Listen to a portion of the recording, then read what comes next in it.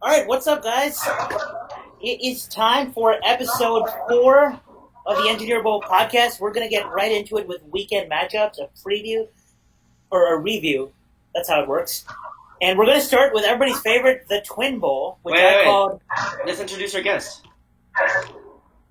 We should introduce our guest, shouldn't we? All right. Let me stop screen sharing so everybody can see his pretty face. Hold on. All right. Ian, do you exist? Yes, Ian yes, exists. sir. Ian Miller, number one Gardner Minshew fan, number one Jag fan. That's about it. That's like first appearance. Excited to get into it.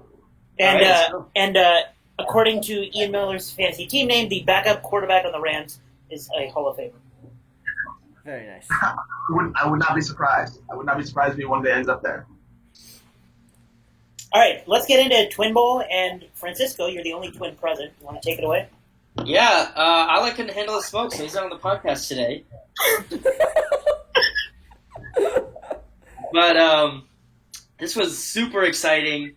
Both of our defenses were awful. What else can I say? It was just excruciating the whole Sunday night. It was going back and forth with the winning percentages were going. I had a decision between Brissett and Keenum. I think I chose right because Keenum had negative 0.4 points. I benched Chris Godwin. It wouldn't have even been close if I had played Chris Godwin. But, I mean, let's be honest. Playing two Bucks receivers against the Rams, when Godwin had his hip injury, there's no way he could predict 41 points for Chris Godwin on the night. But hey, he had some disappointing performances from Engram, from Julio especially too. Marvin Jones should have been better against Kansas City, so that's what gave it a chance. My ragtag team: Will Dissly, Wayne Gallman, Very nice. great pickup, and ended up coming down to that last reception Zeke got on that last ditch drive by the Cowboys. So I was there Sunday night watching, hoping for the Cowboys to even get the ball back. They got the ball back, and I was like, just one pass to Zeke. Because it was looking pretty good after his touchdown, but then he just wasn't getting. He got like 5 yards after that before that On Thursday night, for that catch. On Thursday night, the storyline was Aaron Jones getting half his fantasy points via checkdown Charlie, and Zeke winning And the also game with a getting checkdown completely Charlie. shut out of the goal line work. That is true. And Zeke getting the game-winning point via checkdown. It's pretty good. Solid. All right, let's go backwards. Daniel Glow, you have some explaining to do. Boy. For those who don't have context, Arjun has set his lineup. Yikes. Can you zoom in a bit? I can barely see it. Parents, talk to your kids about a 2-2 Arjun Methol. Yeah, this is not. Oh man, Arjun had the second highest points in the league this week. Thank you, Ian. And How did we let that happen? yeah, Nick Chubb had 40 points against Baltimore's defense because, of course, he does against my team, and well, no one else on his team did particularly. It turns out when you play a quarterback, even if it's Kyler Murray, it's strictly better than playing Andrew Luck. Yes. Wait, who's Arjun's other TE? He does not have another tight end. For Citadel, you Oh, should well, be then good. he can take my advice Very next week. nice. Meanwhile, I got a fat zero functionally a fat zero from Dak Prescott because he only put up 7 points when he Oof. was against the New Orleans defense, which isn't even that good to begin with. And yeah, that was basically the number one reason I lost. The rest of my team put up numbers around or higher than their projections, and I just got yeeted. Hey, luckily for you, your tight end is consistent. Very nice, O.J. Howard. Yeah. And Emmanuel Sanders has a habit of doing good things against pretty good defenses, even though Jalen Ramsey did not play. I mean, Jacksonville defense, Yeah. he puts up 15 points. Against Bears defense, he put up over 20. It's just a habit Right. at this point. This has been a crazy week. Let's talk about... And Okay, Pride this versus was boring. Justin. Pride doesn't play quarterback. He's still not the lowest scorer on the week. We'll get to that. We'll get to that later. Justin you actually have a decent tight end in Jimmy Graham, but you bench him for Vernon Davis. That is not Vernon Adams. No, Jimmy Graham's not really that good. He's more serviceable than relying on somebody who tries to hurdle nothing. Cortland Sutton was a nice waiver wire pickup over the week. Doesn't play him, though. Plays Chris Thompson instead. Not too objectionable, but he won anyway because he. Yeah, I mean, yeah. There are really Huh? There's no players on the Redskins that I would play at this point. I would play Thompson. That's it. Oh wait, Terry McLaurin, dude. When he's not injured. That's fair. And finally, this is a first. We almost saw a tie here. Ahaan, for the fourth straight week, plays the wrong quarterback. Plays Matt Ryan against Tennessee and basically has Lamar Jackson. Devontae Freeman finally puts up a decent performance. For the first time all season, he outdoes his projection. Hopkins, though, throws an interception and puts up 7 points. Philip Lindsay is just not that good. Delaney Walker is He is just playing the Jags, dude. What do you want from him? The Jags? Yeah, he just looked like he was outclassed in that game. Fournette was a beast, and Lindsay couldn't do jack shit. Austin Eckler, in his final week as the RB1 on the Chargers, most likely, puts up 29. And you like to think he's not going to be the RB1 on the And Chargers. now really needed this win because he's going to lose Eckler now, and his bench is just looking atrocious. Yep. Moves to 2-2. The guy I had winning the league at the draft. Moves to 2-2. He really needed that. Zach with the big boy move, starting Hooper again, and Deontay Johnson. Johnson, very nice. I mean, he did have only one tight end that he could start, but honestly, if I was a Hooper owner, I would just get rid of Hooper somehow and pick up a waiver wire guy. But Hooper put up 22 again, so I don't know what's going on there. We might have to accept the fact that Austin Hooper might actually be good at football. Yeah, what a surprise. Never. And meanwhile, Francisco's hates last week. Patriots backfield, Sony Michel not doing anything against Buffalo. But most of the Patriots offense not doing anything against Buffalo. Yeah. Wait. Let's talk about how that game ended. So this dude had Deontay Johnson and Steelers D on Monday Night Football. On Monday night. He gets within somehow. He gets 36.7 points. He gets within 0.1 of winning. He might still win. Like there have been 0.1 stat corrections that I've seen. So he still has a chance of winning or tying here. That is true. Stay tuned for a possible 1-3 Ahaan. Or Yeah, 1-1. Yeah. All right, Ian. This But is all imagine you. losing because you played Adam Humphries over Corey Davis. Yeah, so not a lot of exciting stuff in this game, honestly. It's just a wire-to-wire victory for me. Paolo's team just failed to produce. I would say that he has one of the worst rosters. One of the worst rosters in the league, with the least amount of upside, and really just failed to produce here. Matt Stafford with 20 This is some cold stuff. With Le'Veon Bell on the bench, he cocky as an Ahaan would say. COCKY. I had a pretty nice week. James Conner going a little bit. Marlon Mack was really the only disappointment. And he got injured, right? Yeah, he got injured. He got injured in the fourth quarter, so I really can't give him that big of a pass. He had 4 points through basically like 3 quarters, which is still terrible for it's for pretty RB. surprising. Yeah. And then I think Chark is kind of a hit or miss. Like he's definitely not the number one wide receiver in Jacksonville. That's the Dede who Powell had. But Chark is really just a fringe wide receiver too. More just playing him because I'm a fan of the team. And Minshew can do a lot of interesting things with his legs, but I can't get a lot of value out of Chark here. Even Westbrook, I mean, he slightly outperformed Chark, but neither of them are really players I'm super confident in.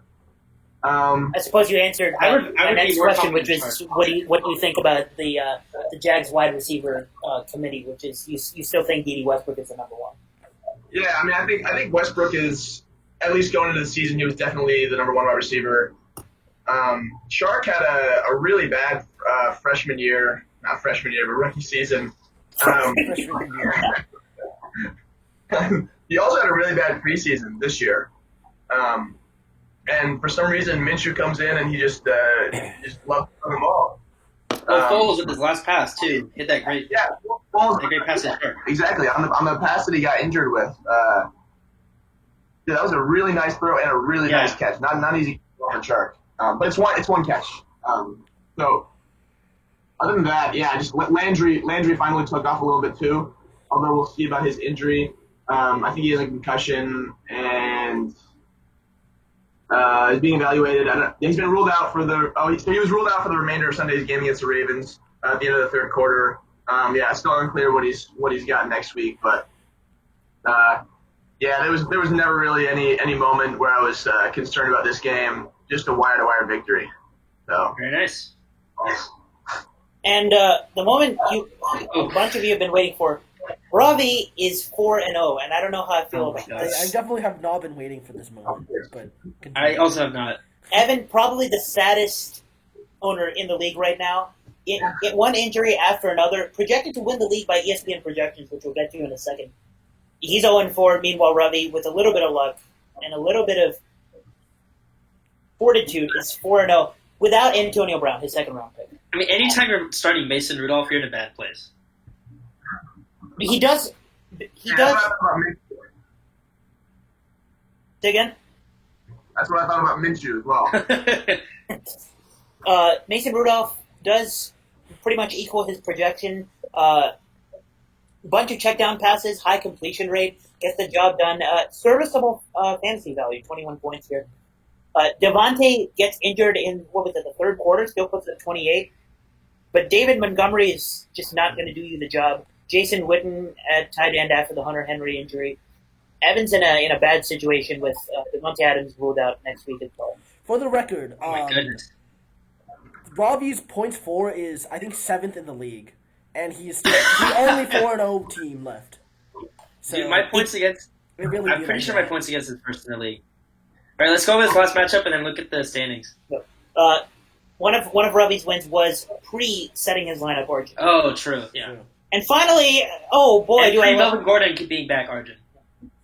Oh boy, would I love to talk about this one. So, Prawn, you're welcome. You're not the lowest scorer this week. That's because I'm in deep soup. All right, so my three highest scorers. My three highest scorers: my quarterback, my defense, and my kicker. Everybody else, I don't even know what the correct words are for this. I mean, try to get some consolation looking at my bench. Tyrell Williams is still good. Benching Mark Andrews is not good because benching Mark Andrews is benching one of the best tight ends in the NFL. Mark Andrews is always going to start from now on. Jay Ajayi needs to get signed by a team ASAP. Why should it be the Giants? And if it's the Giants, well, I'm getting rid of Penny. Or the Dolphins. Oh, yeah. Juju can't really get something big going this season yet. Adam Thielen is pissed off of the Vikings' offensive situation, the passing game. He said, quote, "We can't just keep running the ball and expect to produce offense." DK Metcalf had a rare bad game. It is what it is. I didn't have much of a chance of beating a rule anyway. Nothing too exciting happening. No Saquon, no Breida. And literally no other running backs on your bench that's going to happen. I was expecting a little more out of AP, but it is what it is. I'll gladly take this loss and a win next week. This is why your draft strategy was terrible. Yeah, waiting for an RB2 until the 11th round or whatever it was maybe not the best. This game on? Say again? You say you're happy to lose this game? I mean, I'm happy to just take a 60-point loss. I don't care. I don't see any difference between a 60-point loss and a 10-point loss because I wasn't going to win this game. Isn't the tiebreaker points 4? It probably is, but it is. But XD. Also, are we doing top 3 from each division or top 2 from each division going to the playoffs? We're doing winner of each division. Winner of each division gets a bye, and then 3, 4, 5, 6 in order from there onwards. Standings. Yep, that's what I meant. I meant standings. Take a quick look at the standings after the first 4 weeks, and at this point, we can each talk about who our dark horse is for the playoffs. Our general thoughts, and I guess Ian, you want to start? Who do you think's getting in the playoffs? Well, let's do a favorite for winning the league and your dark horse for winning the league. Oh, favorite for winning the league. I mean, I gotta go. I mean, like, it doesn't make any sense to choose anybody but Zach at this point for winning the league. He's the highest points for, barely actually. Alejandro has the highest points for. Does he really? Oh yes. Shit, you're right. Zach doesn't even have the. Zach's third. Okay, so yeah, I guess I gotta go with Alejandro then, because I really have no other metric. It's so early and a lot of things can change. So I'd say he's my favorite, and yeah, I gotta go with myself for course. I just got a lot of explosive players on my team that can take off. Yeah. If Baker finally gets in a rhythm, Jarvis Landry is definitely a serviceable wide receiver too. And Marlon Mack is a top 7 potential running back. So I think I'm decently positioned to make a run at it. And just looking at on the subject of points for, anytime you're below Origin in points for, and you still have hope about playoffs, it shows a lot about your character as a human being. Wait, can you sort by points against real quick? You see me at the bottom. That's why I'm 1 and 3. Thank you. Yeah, that's exactly what's going on. Oh, let's go back up and look at the divisions here because this is really interesting. Look at this difference. That's insane. And for all the y'all viewers out there, no, I did not rig this. This was randomized. Divisions were randomized before the draft. I mean, the good thing is we're playing round robin, so it only really matters for first and second seed. But yes, and I do need to fix it so that it is actually round robin. Yeah. I'll fix that this week. All right, Ahaan, you want to go with favorite sure. and dark horse? Well, at the beginning of the season, in my Engineer Bowl preview, I said my favorite to win the league was Ahaan or Alejandro. If you're taking a look at some of my takes about Ahaan's team, I'm not feeling so good about that, and I'm going to go say that Alejandro is going to win the league. He has the most consistent. What I like in a fantasy team is consistency. He has the highest floor, I think, of any fantasy team. He's got handcuffs, like the best of them. Dalvin Cook probably going to finish as the RB1, or not probably, but most likely is going to finish as the RB1. Julio Jones scores 9 points when he doesn't score a touchdown, and he's scoring touchdowns this year. Julio Jones was a steal in my opinion, and Alejandro's got that thing going where his floor is just so high that him to choke. So I'm going Alejandro. As for dark horse, and this is very reflective of my character, I'm going myself. And and this is not crazy because if I can somehow sneak in playoffs, that's all I need because Saquon is coming back. I just need to steal a couple wins. If I'm 2 spots out of a playoff spot when Saquon comes back, I'm going to make the playoffs, and then I'm going to win the league. That's what's going to happen. You still need an RB2. I still need an RB2, but if Jake got many signed, points of need, including RBs, but okay. Would Saquon have gotten you 60 extra points this week? I said I wasn't going to beat a rule this week anyway. I didn't like any of the matchups. All right, Daniel? I don't know. My favorite for winning the league is probably a rule. I think that his lineup is just like way too strong. Take a look at a rules team again, just because people probably. Yeah, like Mahomes has like carry potential in any given game. McCaffrey can do the same. He just has like an all around very good lineup, except for Gostkowski. But I mean, kickers or whatever. Anyways, he still needs a tight end though. You can trade for one, rule. Yeah, it's a really good lineup. You're telling me Trey Burton isn't elite? Hey, now he has a real quarterback. You remember the Trey Burton hype last year? That was so funny. Yeah. As for sleeper, to win the league, I think this one's a bit harder. I was about to say myself, but like that's not really like I don't know. I'm 2-2, and I've been getting pretty lucky with my matchups. Even though I have like the 6th highest points for in the league, or 5th highest actually, but even then, I still don't feel like I'm gonna finish in like that great of a position. So like 8-6 maybe for myself. In terms of like other people, I feel like Zach. Well, Zach's pretty high up there in points for. I don't. That really can be know, your like, sleeper. He's 2-2. Yeah, sure. Okay, yeah, that counts. He's 2-2. Good enough. Yeah, I think Zach. He makes some savvy moves. Kamara turns out to have been actually no. He should have taken CMC, but Kamara's hasn't been a bad pick. Yeah, I mean, win this week. He's If he continues to make these big boy moves, like starting Austin Hooper at flex last week. Yeah, and I mean he's got T.Y. Hilton and George Kittle on the bench, and D-Jax, And I guess Corey Davis if he continues to play Humphries. and Raheem Mostert. So yeah, I think that's a good dark horse pick, and he's got that SIG inside info probably. And So right before we get into our wait, I haven't done mine yet. you're right. So yeah, I'm also gonna go with my brother as the favorite, Alejandro. He just has a really good team all around. His starting lineup is flame. Can you go to his team again?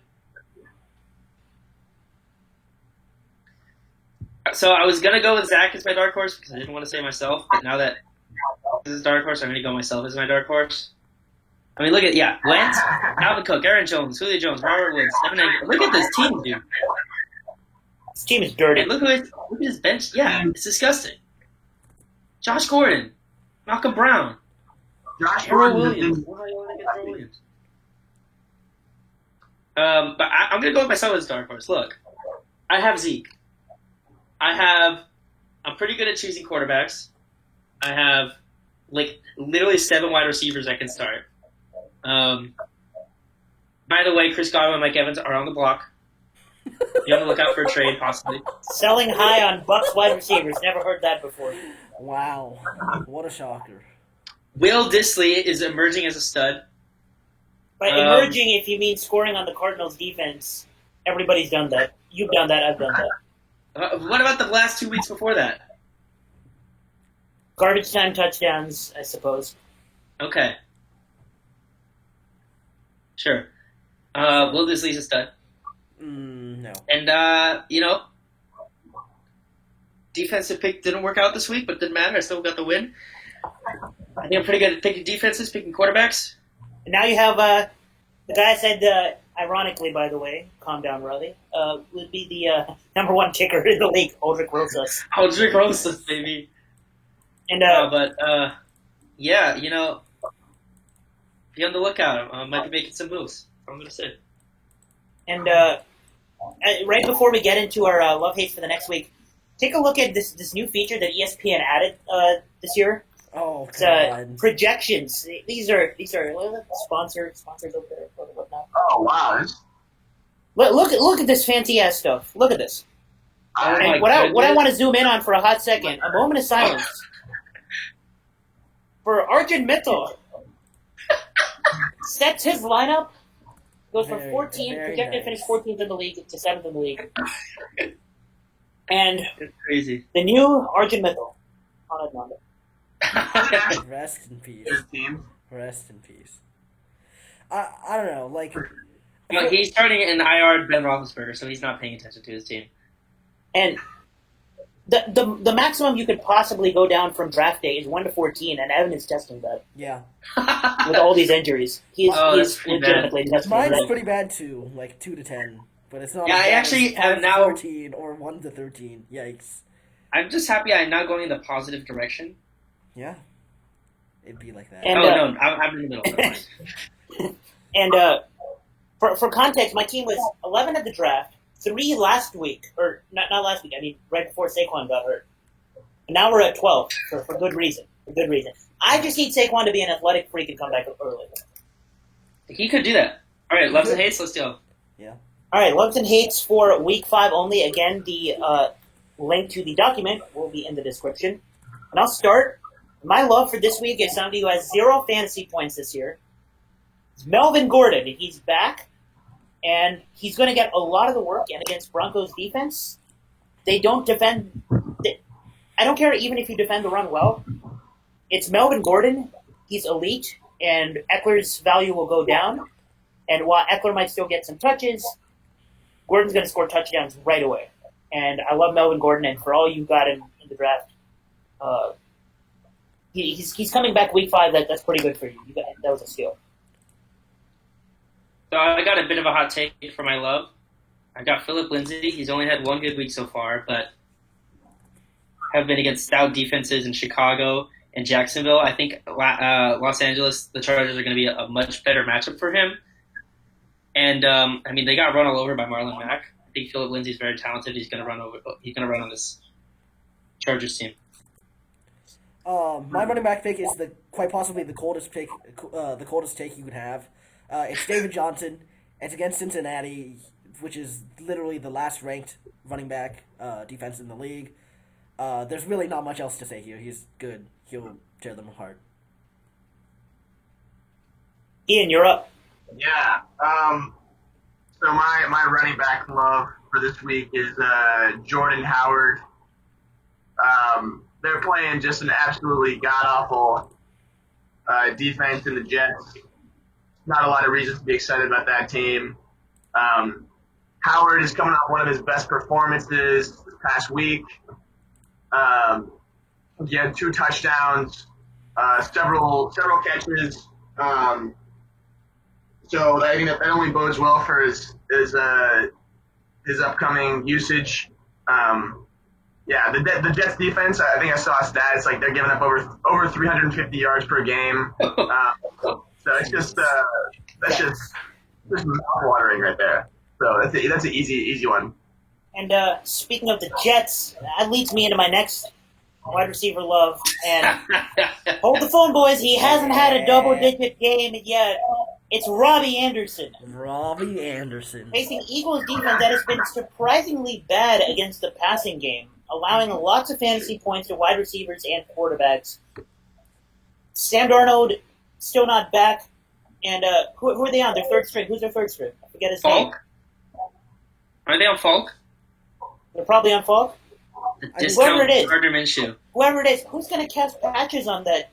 Pass on that team besides Bell and Anderson? Nobody, because their quarterback is Luke Falk. Well, Robbie Anderson is the only wide receiver on that team capable of catching passes, and it's the Philadelphia defense. Robbie Anderson is due, especially coming off a bye week. He's got time to nurse that calf injury. Robbie Anderson's going to be back.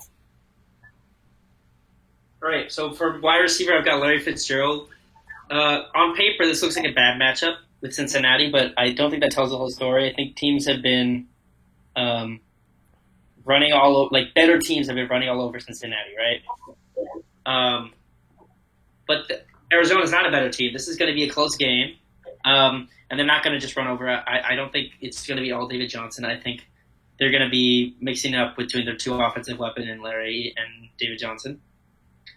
Christian Kirk's injured, so there's going to be more focus. Kyler Murray on Larry, so I think he's going to have a good game. My wide receiver love pick is Nelson Aguilar because Deshaun Jackson looks like he's still injured and doesn't look to be playing this week. So functionally, the Eagles have like 2 wide receivers. Plus, it's against the Jets, so you know how that goes. And the targets are there. Yeah. Also, 2 weeks ago he had 12 targets. 3 weeks ago he had 11 targets. Last week he had 1 target against, I think it was Green Bay. So there's really no way in hell he gets like 1 more target this week. He has to get much more than that. That's a bit of a gambler's fallacy, but like, it's just a trend, you know. I don't know how this one, Chief. It's a spicy. Hey, I caught that remark. Unlike Nelson Aguilar. Yeah. I think Ertz and Jeffrey eat up the targets. He's gonna get targeted like 8-ish times, I think. Right, Ian's wide receiver love pick also has 0 fantasy points this year. Oh, That's correct. He absolutely would have been a starter the past four weeks. But he's coming back from a suspension. Well positioned to be Danny Dimes' #1 target for the year. He's good. Is that a hot take? Is that a hot take I hear? Not Evan Engram? That's not a hot take. No, of course he's going to be the #1 wide receiver in New York for sure. I would agree with that, but #1 pass catcher, Engram can probably compete with that. Okay, I mean I guess that's arguable, but I think even when Eli was a starting quarterback on this team, Golden Tate would have been the easy start. But now that you have this guy that can throw and run, he's actually got some crazy wheels. Daniel Jones. Yeah, is it correct that he still has 2 of the top 5 sprint speeds by a quarterback this season? I think that's true. Yeah, I don't know about that, but I did watch a video of him. I forget. I think it was on one of his touchdown runs. He actually ran away from like a defensive back. It's kind of crazy. But that's kind of beside the point. He's going to be able to perform at a higher level than Eli, and that bodes well for Golden State. So I like him. This week. Even against Minnesota. Even against Minnesota, I think they're going to have. They have no Saquon. They're going to have to pass the ball. Jones has 2 weeks under his belt now. They're going to open up the playbook a little bit more. I don't think that's it's not a huge worry for me. They're playing a better pass defense. And speaking of Minnesota, my final love pick for the week is somebody who is disappointed not only me and his entire team, but several fantasy owners who have him as their QB1. He's only rostered in 29% ESPN leagues now. It's Kirk Cousins. And like Ian said, I think there's going to be a lot of passing in this game. And Kirk is going to force a lot of targets to Adam Thielen this week, and Thielen is going to make plays. Thielen is coming off 1 catch last week. Kirk Cousins does not want to make Adam Thielen mad. If there's one thing that's sure about this team, they want to keep Adam Thielen happy, and they're going to give Kirk Cousins a lot of volume. And Dalvin Cook's still going to run the ball, but against a Giants team that's pretty good offensively now, Kirk Cousins will have to pass the ball a lot, and I like him putting up fantasy numbers against a still pretty bad Giants defense. All right, my last love is very simple. Tyler Eifert is a tight end playing against the Arizona Cardinals. You pick him up and you play him. His initials are literally TE. How can you not? Wow, if true. And I mean, TJ Hawkinson's entire value right now is because of 1 good game against the Cardinals. If he hadn't played the Cardinals week 1, he would not be relevant. Yeah, relevant, exactly. My QB/tight end love pick is Jameis Winston because, 1, it's Jameis Winston. He's been having relatively good games, which is surprising given that he's Jameis Winston. But in terms of fantasy points, he's been doing fairly well. The New Orleans defense, need I remind you, Russell Wilson, who Ahaan thinks is not elite, put up 45 points against the New Orleans defense. And I think Deshaun Watson also put up something like 39. So that should give you an idea of, even though they shut down Dak Prescott last week, then their defense is not particularly good when it comes to QBs. So I think Jameis gets at least, let's say 25. Or around 25. And Ian, since you have to go soon, you can give us your last love and your hates. Yeah. So, Zach Ertz, I'll make this pretty quick. He's one of the best tight ends in the league, regardless of who he's playing. But he's going to be matched up. He's going to have a very favorable matchup against the New York Jets. You're not. If you have Zach Ertz on your team, you're going to be playing him anyways. But this is an easy start. And then Josh Jacobs. Things are kind of falling apart in Oakland. Derek Carr really struggled this past week. So I can see why Josh Jacobs might be getting a little bit of a heavier workload. But they're playing that Chicago defense that's really just disgusting. So I would stay away from him if you have the option. Not everybody will have that luxury, though. And then Julio Jones. I really just don't trust Matt Ryan to be a good quarterback here. I don't think he's a good decision maker. Wow. Ian's dishing out hot takes like it's nothing. Yeah. I love it. Oh. I just don't trust. I mean, he's had good seasons in the past. Obviously, he's a long-term starting NFL, but from what I've seen of him this season, I just don't trust him. And again, Houston's got a good pass defense. So Julio Jones would not be one of my favorite starts this week. I mean, like, obviously, all three of these players are probably players that you're going to start anyways, but I wouldn't expect them to break out. And then Aaron Rodgers, also going up against a pretty good defense. Wasn't impressed by what I saw this past week. His weapons are a little bit lacking. I think Devontae Adams went down with an injury. That's right? That's correct. He's out for week 5. Yeah. So he's really not looking at a lot of weapons. And that Dallas defense is actually legit. So I'd be careful about him as well. All right, thank you, Ian. Our guest, essential Francisco twin this week. Yes, sir. Yes, sir. Very nice. I'll see you guys on the winning side of next week. All right. So will I. And let's finishing up our hates at this point. My running back hate this week, and you'll see a lot of hates in, I guess, all of our picks that include stars. And Chris Carson is a fantasy star, but I don't like him this week against the Rams defense. I think with what I saw from the Seattle offense last week, they try to pass a lot and expose the Rams secondary a little bit. Marcus Peters getting aggressive. I think that Russell Wilson plays a smart game here and passes a lot. Chris Carson doesn't get too much volume, which is a hot take for a Seattle offense that relies heavily on the run game. But I don't think he matches up to his value this week.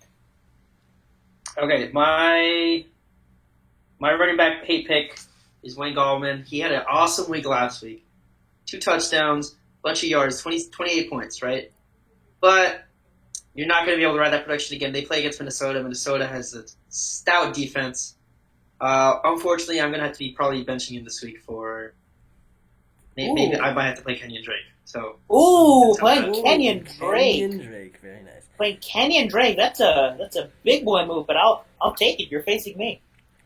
All right, so my running back hate. Sorry, Francisco. On that note, true or false? Elijah Penny will be fantasy relevant this week. False. Okay, we got it on tape. Very nice. Okay.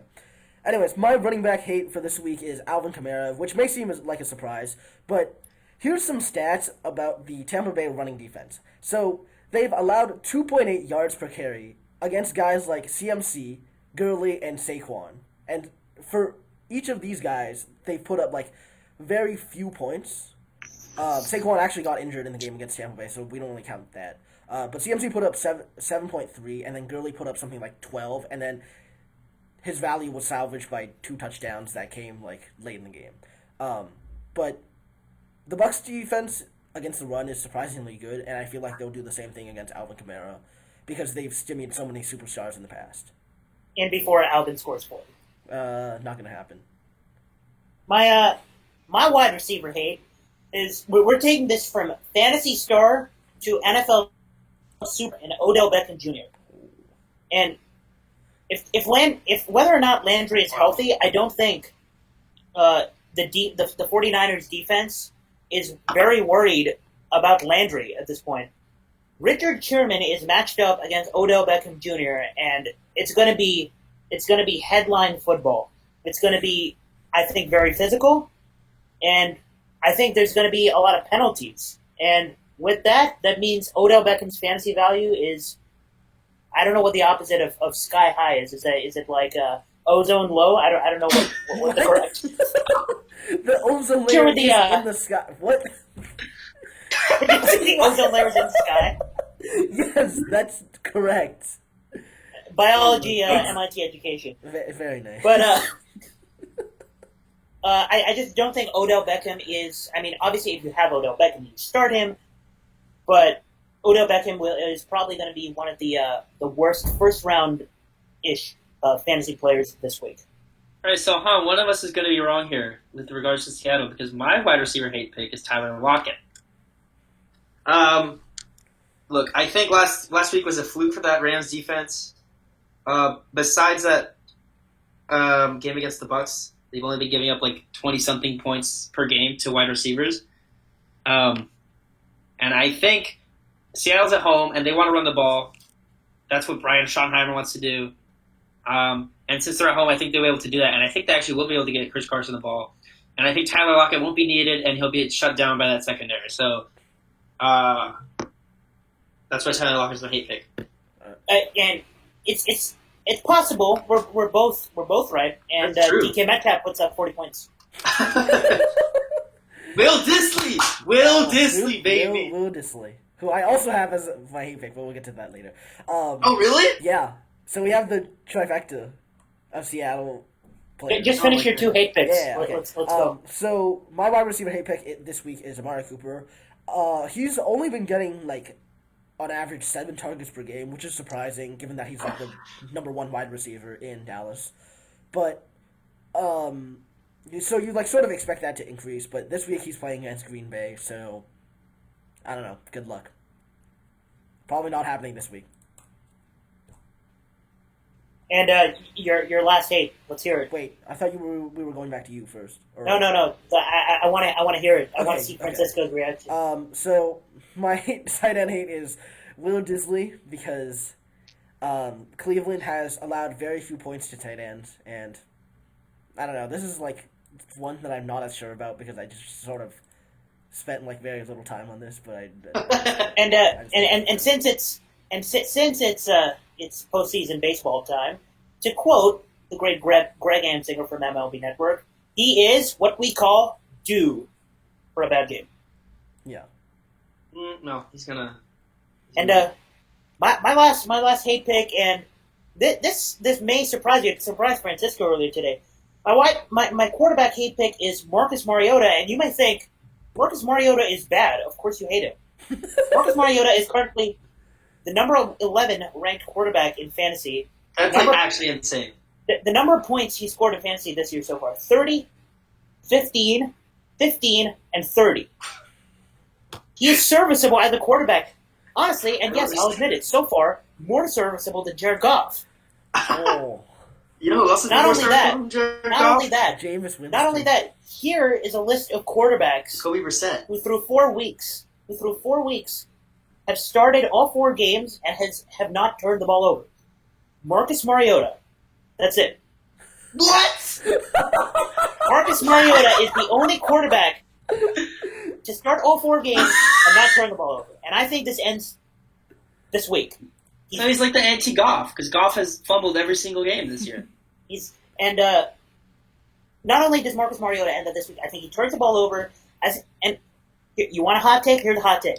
He throws 3 interceptions this week against that Buffalo defense that honestly made Tom Brady look a little foolish, even though there were some bad decisions there. Well, that was a terrible throw in the red zone. Tre'Davious White is very good. He's going to lock down probably Corey Davis. And really, who's left? Adam Humphries, Delaney Walker, Marcus Mariota, Corey Davis. Davis. Very nice. Derrick Henry, 75-yard screen to the house. 80-1 odds. That doesn't happen again. All right, the final hate pick of the week, Francisco. I'm disagreeing with this one, and it's kind of crazy because we were complete opposite opinions at the start of the season, but I've been soured from Jameis Winston. Maybe it's just a mistake, but we're playing in New Orleans. New Orleans just put up a great defensive performance at home like last time. I think they figured out their defense, and it's a divisional game. Divisional games always get weird. Jameis Winston just does this. He goes off, and you think you can finally trust him, and then flips the switch, throws like 5 picks. I think this is going to be a flip the switch game for Jameis, where he's terrible again. So for the record, Dallas only scored 12 points because they kept feeding it to Ezekiel Elliott, and he did absolutely nothing on the ground. So, I mean, take that as you will. I didn't watch the game, so I don't know. Well, he basically did jack shit on the ground, and like Dak threw it like 30 times for like 200-something yards, which isn't bad, but he didn't get any touchdowns for it. So like I said, divisional games get weird. Of like the running game being stymied, and okay, Jameis Winston has no good running backs. Like Peyton Barber is not a good running back, so he probably throw him much more. Ronald Jones. Jones. Oh shit, you're right. very nice. Do you have him on your team? I think no. I only have Peyton Barber. I'm starting him. I'm starting Peyton Barber this week because I. Wait, what's the Thursday night game this week? Who's what? Who plays Thursday night? It's a great question. I should probably know that.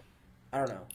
All I know is that I'm starting Peyton Barber in my RB2 slot this week because Kerryon Johnson is on a bye week. So. Oh yeah, Seattle plays Thursday night. That's another reason I hate. We have a lot of Seattle, a lot of Eagles versus Jets in our love-hate, so got to keep an eye out for those games. Yeah. Finish out with some hot takes. Francisco, yay or nay, you're making the playoffs. Yay. That's the hottest take of all. I think we're done. Wait, I figured it out. Wait, I think I'm making the playoffs. I think I'm going to go 8-6 or something. Or wait, what?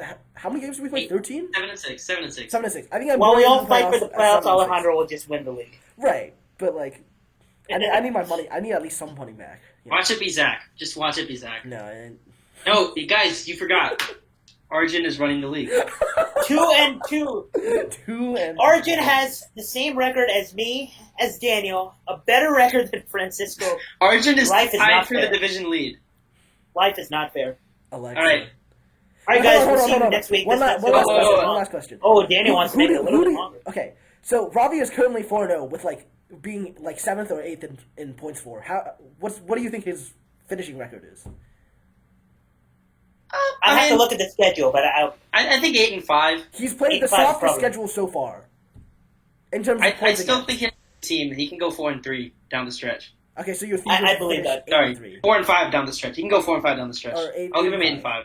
Okay. I'll probably give him a 9-4, and he finishes with the highest seed and then jilts in the first round of the playoffs. Like Zach last year. I'm giving him 6-7.